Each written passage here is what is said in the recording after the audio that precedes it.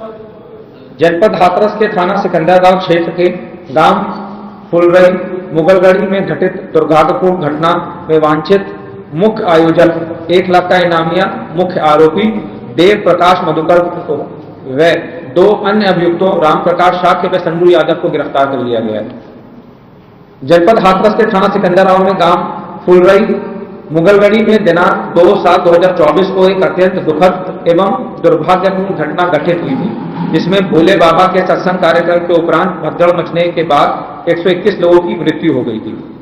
घटना के संदर्भ में दिनांक 2/7/2024 को थाना सिकंदराबाद पर मुख्य आयोजक देव प्रकाश मधुकर व अन्य व्यक्तियों के विरुद्ध भारतीय न्याय संहिता की धारा 105, 110, 126 सब क्लॉज 2, 223, 238 में अभियोग पंजीकृत किया गया था।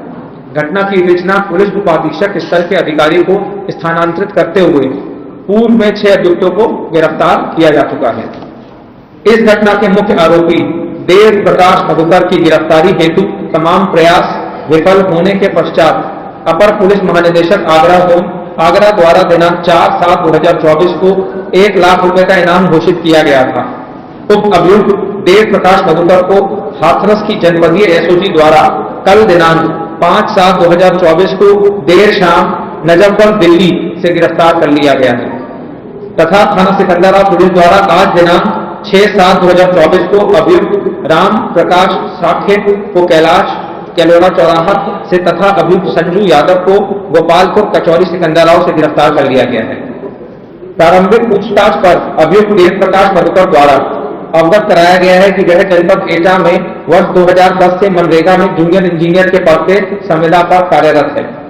वह इस संगठन से वर्षों से जुड़ा हुआ है और इस संगठन के कार्यक्रम आयोजित कराना तथा संगठन के लिए फंड इकट्ठा करने का काम करता है। वह दिनांक 2/7/2024 को ग्राम फुलरई में आयोजित सत्संग के कार्यक्रम का मुख्य आयोजक था तथा इस कार्यक्रम की अनुमति इन्होंने ही दी थी।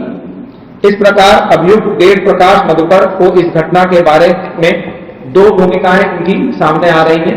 पहली भूमिका मुख्य आयोजक के रूप में और दूसरी भूमिका फंड रेजर के रूप में। उक्त भूमिका उक्त अभियुक्त तथा इसके निर्देशन में कार्य कर रहे सेवादार एवं समिति के बंदी की सत्संग के पंडाल के आसपास बैरिकेडिंग, प्रवेश द्वार, निकास द्वार, बैठने की व्यवस्था, पार्किंग में अन्य सुविधाओं की संपूर्ण जिम्मेदारी थी। अभियुक्त देव प्रकाश एवं अन्य सेवादारों द्वारा पुलिस प्रशासन को कार्यक्रम स्थल के अंदर किसी भी तरीके के हस्तक्षेप से रोका जाता था। उक्त कार्यक्रम स्थल पर इनके सेवादार तरह तरह की वेशभूषा में कमांडोज की ड्रेस में सारी व्यवस्थाएं देखते थे। कार्यक्रम स्थल पर किसी भी व्यक्ति की वीडियोग्राफी अथवा फोटोग्राफी करने से रोका जाता था।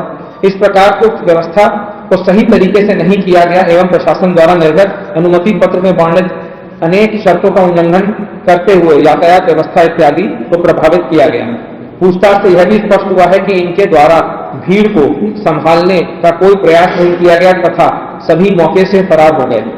इस प्रकार इस अभियुक्त एवं अभियुक्त के निर्देशन के कार्य कर रहे सेवादारों, जिनमें 6 सेवादारों को गिरफ्तार किया जा चुका है, द्वारा अव्यवस्था फैलाई गई, जिसके चलते घटना घटी और कहीं जाने गई। पूछताछ में यह भी प्रकाश में आया है कि इनके और इनके सेवादारों द्वारा प्रवचनकर्ता की गाड़ी को भीड़ के बीच से निकाला गया, जबकि इनको इस तथ्य की जानकारी थी कि भीड़ से निकालने के समय चरण रज के लिए भगदड़ मचने से भयानक दुर्घटना हो सकती है।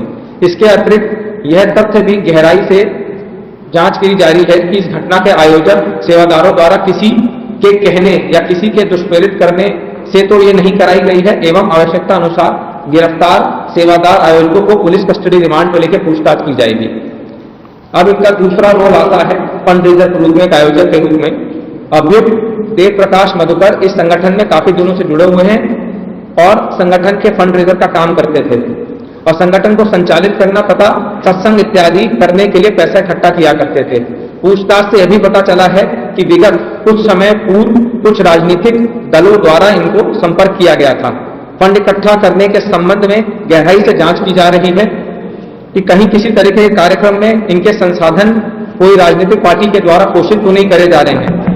अब तक की पूछताछ से ऐसा प्रतीत हो रहा है कि कोई राजनीतिक दल अपने राजनीतिक व निजी स्वार्थ के लिए इनसे जुड़ रहा है।